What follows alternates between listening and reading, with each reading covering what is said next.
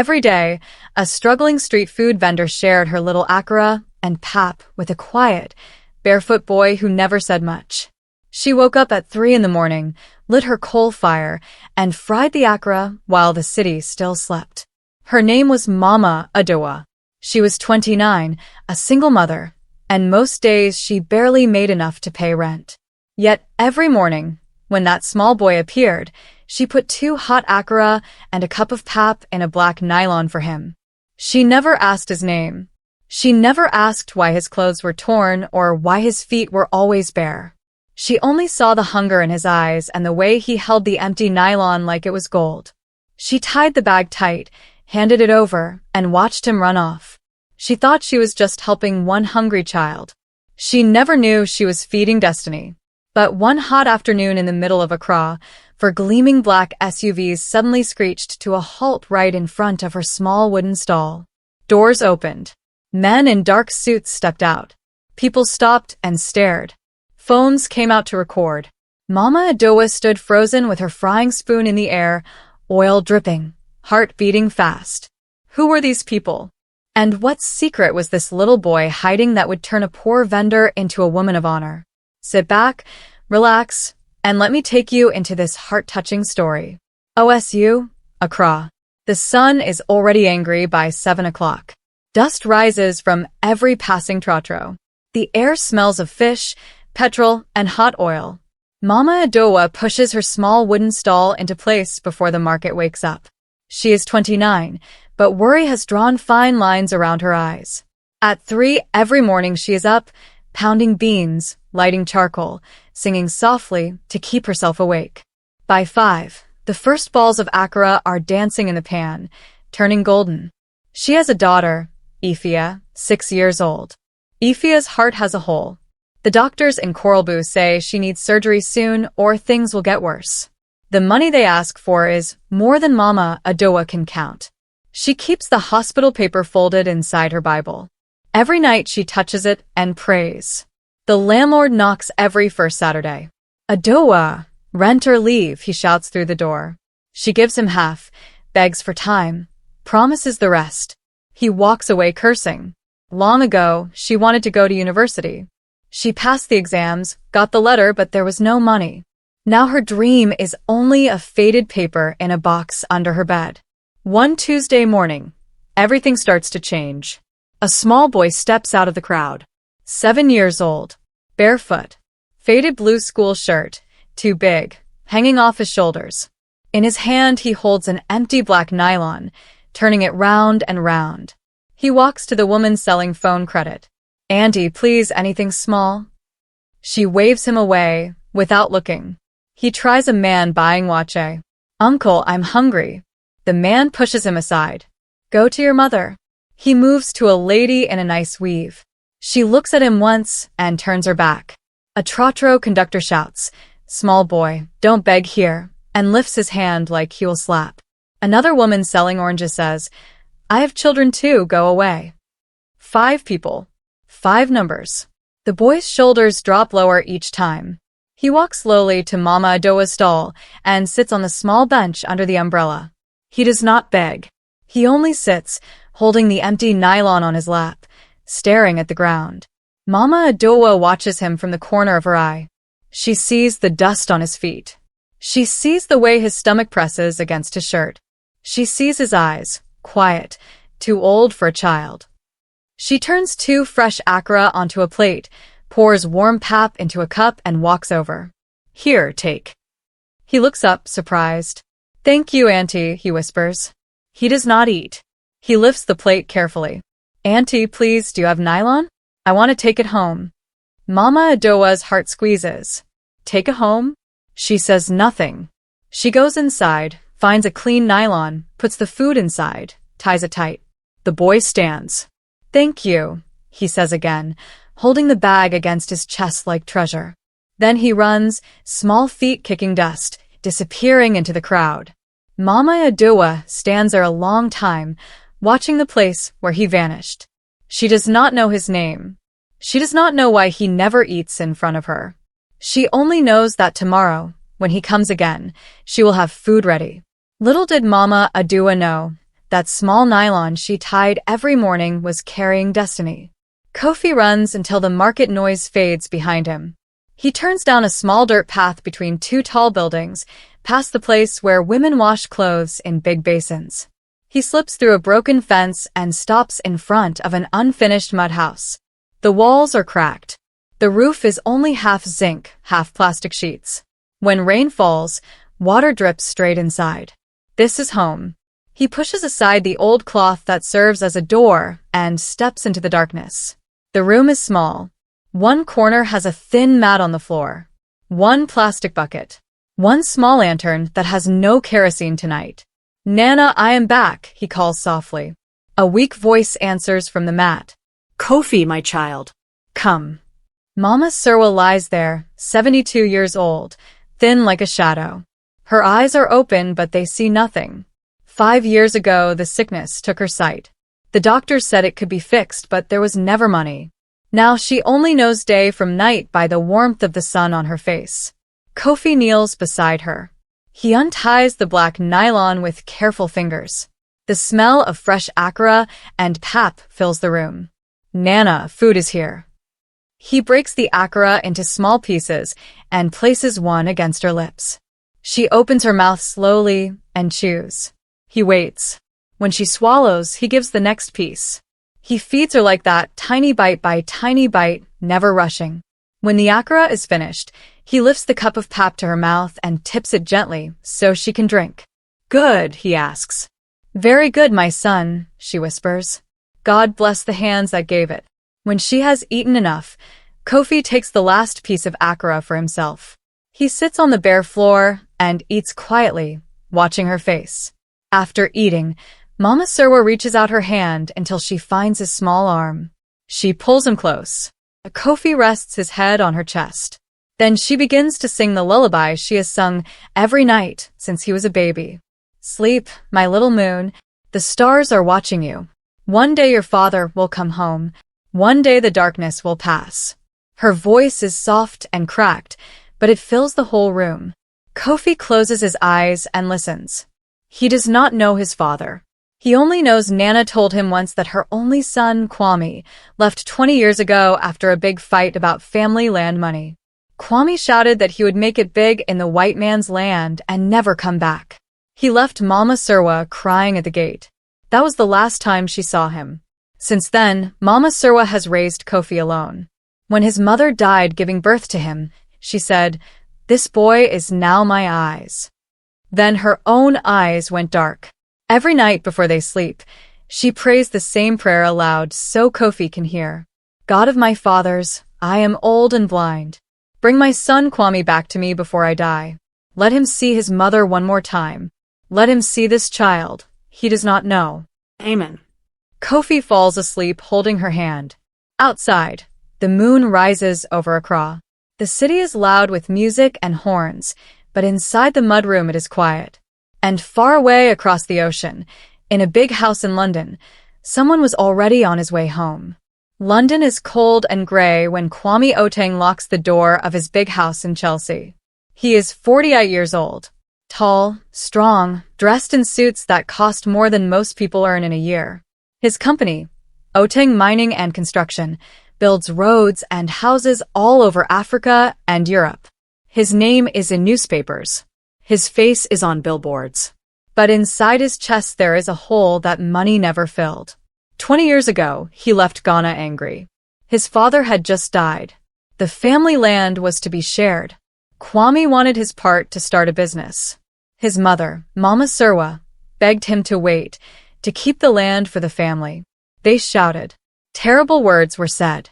He took a small bag, boarded a flight, and promised himself he would never return until he was rich enough to buy the whole village. He kept that promise. He worked hard day and night. He made his first million, then hundreds of millions.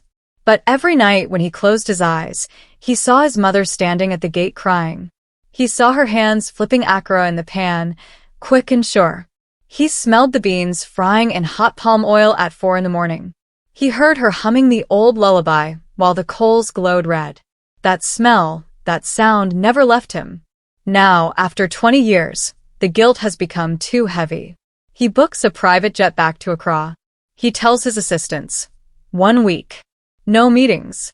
I need to go home. On the flight, he falls asleep. In his dream, he is 7 years old again. He is sitting on a small stool beside his mother. She hands him one hot akra straight from the pan. Eat, my little moon, she says. The smell is so real, he can almost taste it. He wakes up with tears on his face. The air hostess asks if he is okay. He only nods and looks out the window at the clouds. The plane lands at Kotoka International Airport. 4 black SUVs are waiting on the tarmac. Drivers in uniforms open the doors. Security men stand ready. The convoy moves fast through Accra. People stare as the shining cars pass. Kwame sits in the back of the first SUV. He should feel proud. Instead, he feels restless. His heart is beating too fast. He rolls down the window a little. The hot Accra air rushes in, full of dust and noise. He passes the places he knew as a boy. Everything looks smaller now. He tells the driver, take me to Labadi first. I want to see the old house. But deep inside, he knows he is not ready to face his mother yet. He is afraid she is already gone. The cars move through OSU. Traffic slows them down. Suddenly a smell drifts through the open window. Fresh akra frying in palm oil. The exact smell from his dream. Kwame sits up straight. His heart jumps. Stop, he says. The driver looks surprised. Sir, stop the cars. Now. All 4 SUVs pull over at once. People on the street turn to look. Phones come out. Kwame steps out into the hot sun. His eyes search until they find the small wooden stall under a red umbrella. Smoke rises from a pan. A woman is frying akra. A small boy stands beside her, turning the balls with a long spoon, exactly the way Mama Surwa taught him long ago. Kwame cannot move. He only stares. That afternoon, something pulled him out of the car in a place he never planned to stop. Traffic in OSU crawls like a tired snail. Trotros, taxis, and Okadas squeeze together. Horns shout. Heat presses down on everyone. Kwame sits in the cool back seat of the first SUV, eyes half closed. Then it comes again, stronger this time. The smell of fresh akra in hot palm oil. It slides through the small gap in the window and fills the car like a memory that refuses to stay buried. His eyes open wide. Stop here, he says quietly. The driver thinks he is joking. Sir, we are in traffic. I said stop. Pull over. All the cars. Brakes press hard. 4 black SUVs come to a sudden halt, blocking half the road. Drivers behind start shouting. People on the pavement turn. Some bring out phones. Look at these big men. Kwame steps out. The sun hits him hard, but he does not feel it. He walks slowly toward the small wooden stall under the red umbrella. Smoke rises from a big frying pan. A woman stands over it, turning akra with a long spoon. A small boy in a faded blue shirt stands beside her, reaching up to help. The boy lifts each ball the same way. 2 quick turns with the spoon, then a gentle flip so it lands soft. Exactly the way Mama Surwa taught Kwame 40 years ago when he was no taller than that boy. Kwame's heart starts to pound. He feels it in his throat, in his fingers. He does not know why. He only knows he cannot look away. Mama Adowa notices the crowd first. Then she sees the 4 big cars and the tall man in an expensive suit walking straight to her stall. Fear climbs her back. Rich men do not stop at small akra stalls for good reasons. She quickly wipes her hands on her apron. Kofi steps closer to her side. The man stops right in front of them. He looks at Kofi for a long time, eyes soft, almost confused. Good afternoon, Kwame says. His voice is low and kind. Good afternoon, sir, Mama Adowa answers, trying to keep her voice steady. Kofi only stares. Kwame bends a little, so his eyes meet the boy's. What is your name, small man? Kofi, the boy whispers. Kwame smiles, but his eyes are wet. Kofi, you fry akra like a master. Who taught you? My Nana, Kofi says proudly. She cannot see, but she taught me with her hands on mine. The words hit Kwame like a stone. He swallows hard. And where is your Nana now? At home. She is waiting for me. Kwame turns to Mama Adowa. This boy comes here every day? Yes, sir. Every day I give him small food to take home. You feed him for free? She nods, ashamed and proud at the same time. He is a good boy. Kwame looks back at Kofi. Something inside him is shouting, but he does not yet know the words. He reaches into his pocket and pulls out a thick roll of sadies. He tries to hand it to Mama Adowa. She steps back. No, sir. I cannot take money for feeding a child. Kwame shakes his head. Then let me see where he lives. I want to give the money to his grandmother myself. Mama Adowa hesitates. She looks at Kofi. Kofi nods slowly. It is okay, Auntie. Nana will be happy. Kwame signals to his men. One SUV stays behind. The other three make space. Mama Adowa quickly packs her things, locks the small wooden stall, and lifts the frying pan onto her head. Kofi takes her hand. Together they walk to the middle SUV. The driver opens the door like they are royalty. As the cars pull away, people on the street are still filming, still talking loud. That Accra woman has hit jackpot.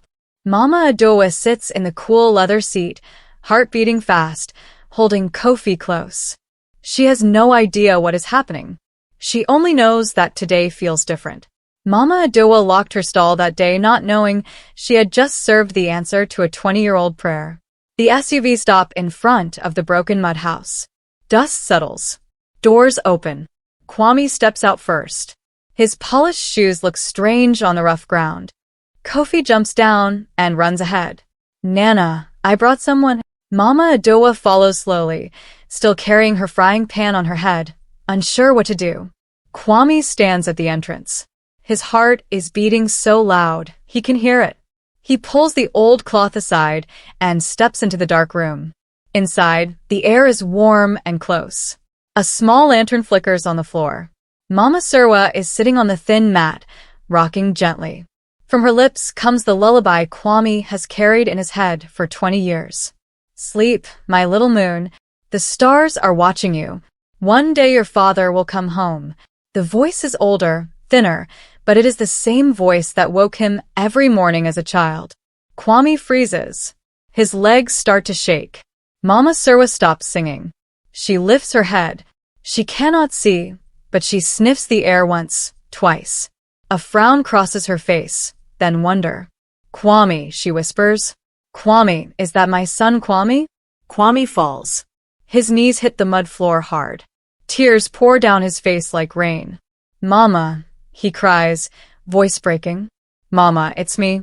Your son has come home. Mama Surwa's hands shoot forward, searching. Kwame crawls closer and takes them in his own. She touches his face, his beard, his tears. My son, she says over and over. My son, my son. Kwame presses his forehead to her palms. Mama, forgive me. I was stubborn. I was proud. I left you alone. Forgive me. Mama Surwa pulls him into her small arms. She smells of old cloth and wood smoke, just like before. I forgave you the day you left, she says. I only waited for you to come back. They cry together, loud and ugly, holding each other tight. Kofi stands in the corner, eyes wide. He has never seen his Nana cry like this. Kwame finally lifts his head. Mama, I brought doctors from London. Tomorrow we fix your eyes. You will see again. I swear it. Mama Surwa laughs through her tears. God has already opened my eyes. He brought my son home. Then she turns her face toward the doorway. Who is that standing there? Kwame wipes his face and calls out, Come in, Mama. Mama Adowa steps inside slowly, frying pan still balanced on her head. She is shaking. Mama Surwa smiles big.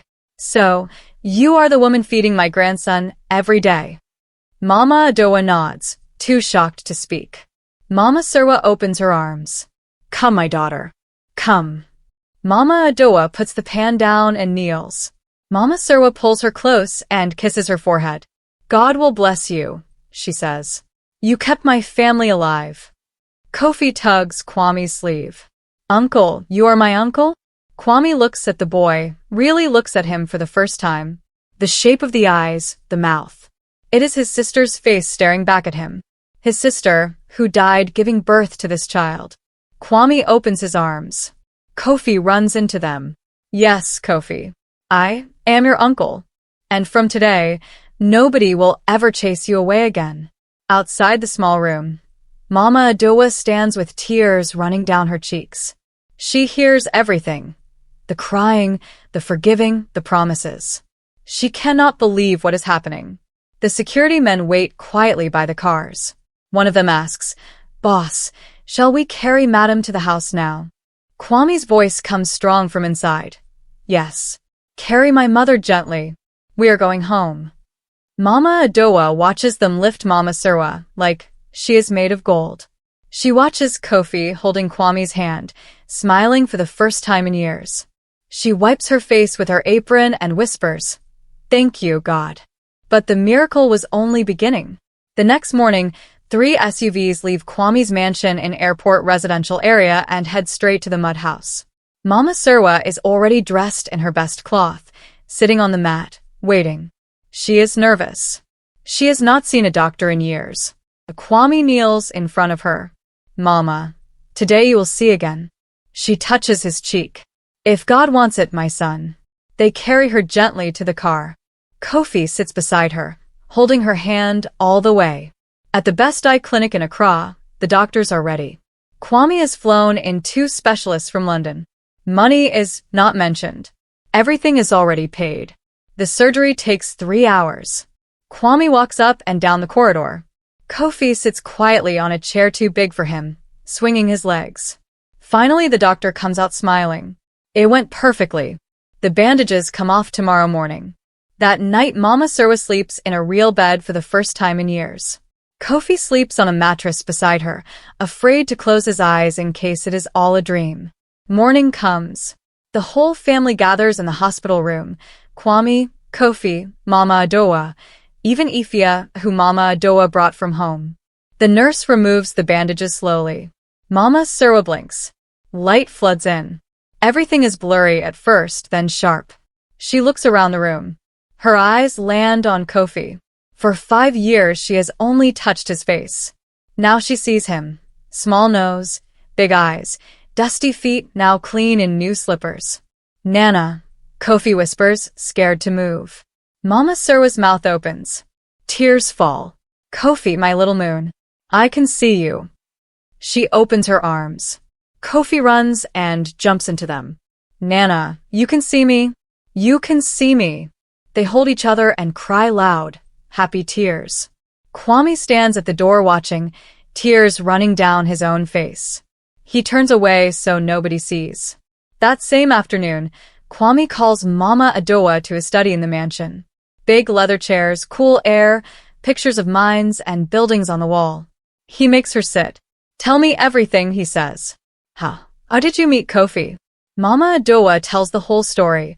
How the boy came every day, how he never ate in front of her, how he always asked for a nylon to take home, how she gave from her little because she saw her own daughter in his eyes. Kwame listens without moving. When she finishes, he is quiet for a long time. Then he stands. "Pack your things. You and Ifia are coming to live here today." Mama Adowa shakes her head fast. "No, sir. We cannot. This house is too big for us." Kwame smiles. "My mother already told the cooks to prepare your room. It is decided." By evening, Mama Adowa and little Ifia arrive at the mansion with one small suitcase. Ifia's eyes grow wide at the shining floors and high gates. Servants take their bags. Mama Surwa is waiting at the door, eyes bright and clear, arms open. "Welcome home, my daughter," she says and hugs Mama Adowa tight. That night they all eat together at the long table, fufu and light soup, chicken, fresh fish. Kofi eats until his stomach is round. Ifia laughs for the first time in months. Later, when the children are asleep, Kwame takes Mama Adowa to the balcony. The city lights spread out below them. He speaks softly. "You fed my family when I was not here. You kept my mother alive with your small Accra. I can never pay that back." Mama Adowa looks down. I only did what any mother would do. Kwame shakes his head. No. Not every mother would do it. You did. He turns to her, eyes serious. But this house, this food, this is only the beginning of what you deserve. Mama Adowa feels her heart beat fast. She does not yet know what is coming, but she knows her life will never be the same again. One bright Saturday morning, Kwame comes to Mama Adowa with a small smile. Today, no frying. Put on your best cloth. We're going somewhere. Mama Adowa is confused, but she does as she is told. She wears the blue dress she keeps for church. Ifia wears a new yellow dress with ribbons.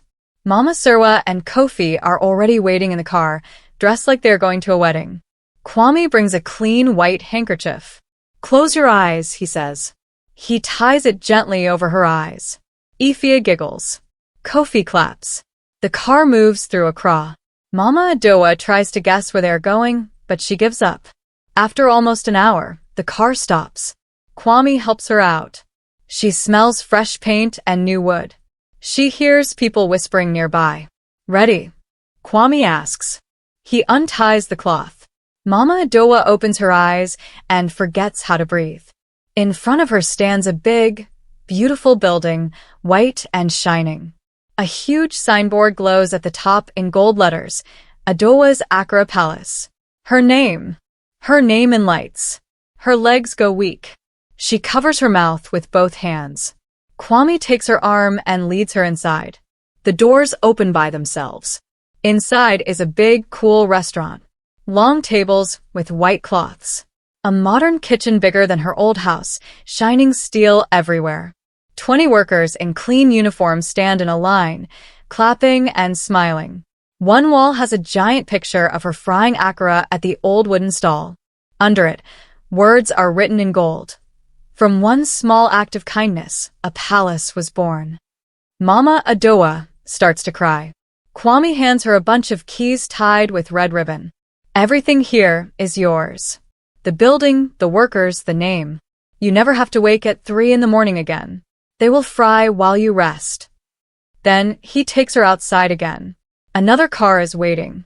They drive a short distance and stop in front of a beautiful 4-bedroom house. Cream walls, red roof, flowers in the garden. He puts new keys in her hand. This house is also yours. For you, Ifia, and anyone you want to bring. Mama Adowa's tears fall faster. She cannot speak.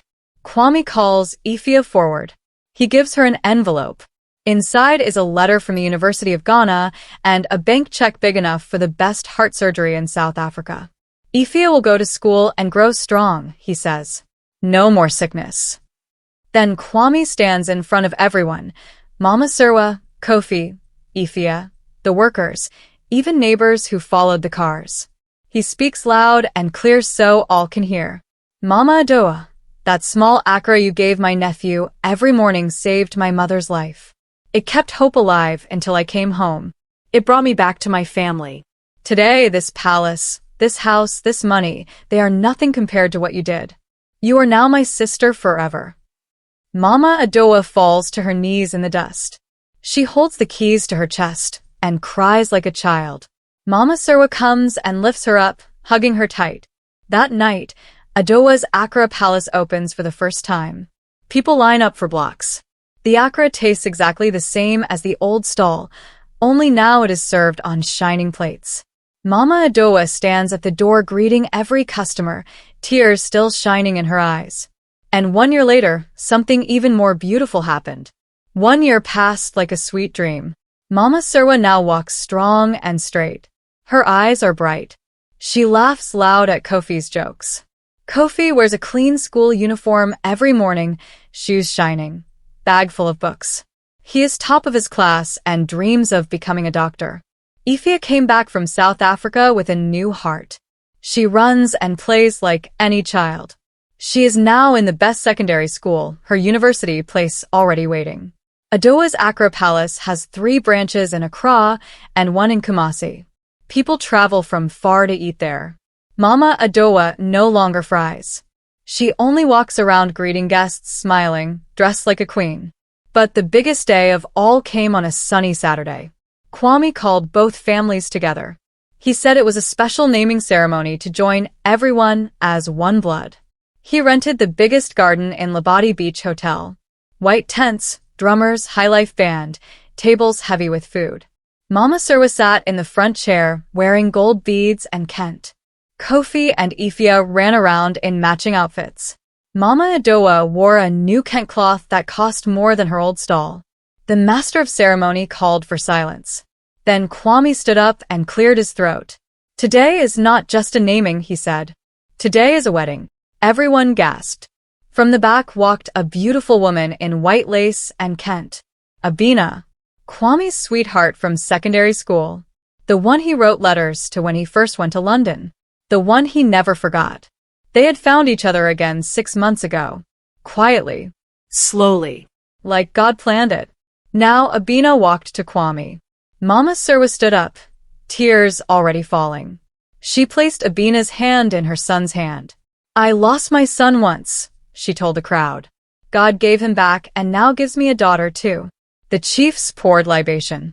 The drums beat. Kwame and Abina danced. Mama Surwa danced. Kofi and Ifya danced. Even Mama Adowa danced until her feet hurt. That night the garden was full of light and music. 2 families that pain had scattered were now joined forever. When the moon was high, Kwame gathered everyone in a circle. He spoke from his heart.